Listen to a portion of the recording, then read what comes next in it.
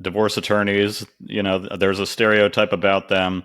What is the hardest part about being a divorce attorney for you? For me, it's that we can't go to a hearing so quickly. And so I have to explain to them, I'm like, I get it. I know I'm upset too. I understand, I empathize with them, but I literally cannot go to court until I get some time in front of the judge.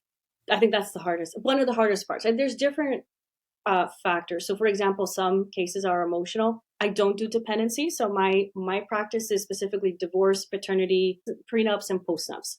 The kids are safe. They're healthy. I am a mom. So anytime I hear anything about the children, abuse, neglect or harm, it is very difficult. And for whatever reason, I don't know if it's because of after having kids, maybe it hits me more. I don't know. All I know is that it's just like exponentially more difficult to deal with those particular cases, which is why I don't do dependency for the most part, because I don't think I think that I'll be storming like the courthouse with them. I think it Hmm. won't be good. It's very emotionally draining, along with the case itself and what the child may be going through.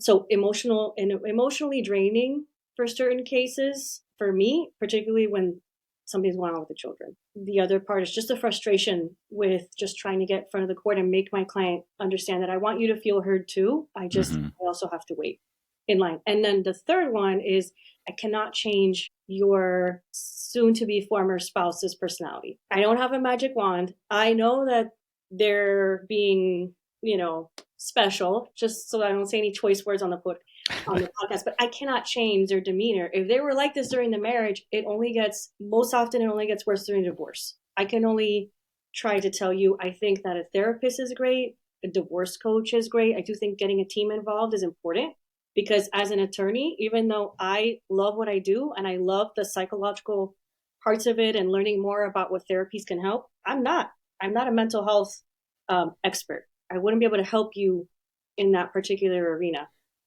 So dealing with very high conflict people, there are people that specialize in that, and I would say go for it.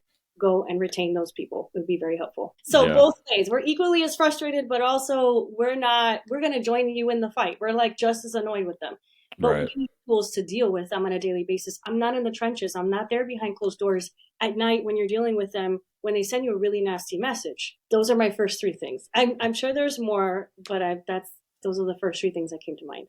Yeah, that's something I didn't even know a few years ago when I went through my divorce. This idea of a team and how important it is, and how it might even be a little more investment up front with a few sessions with a therapist or a coach, but like putting it all together, the time, the money, the peace of mind that you save, that's priceless.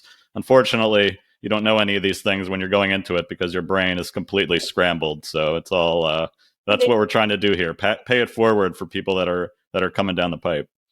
Agreed. I always, during my consultation, even after, I'm like, there's free resources online, listen to podcasts, start learning about the process because there are things that you may learn just how other people have dealt with it and other coping mechanisms or tools that if you don't have the funds to be able to have a divorce coach, then these are other ways you can try to seek assistance in that way, other resources.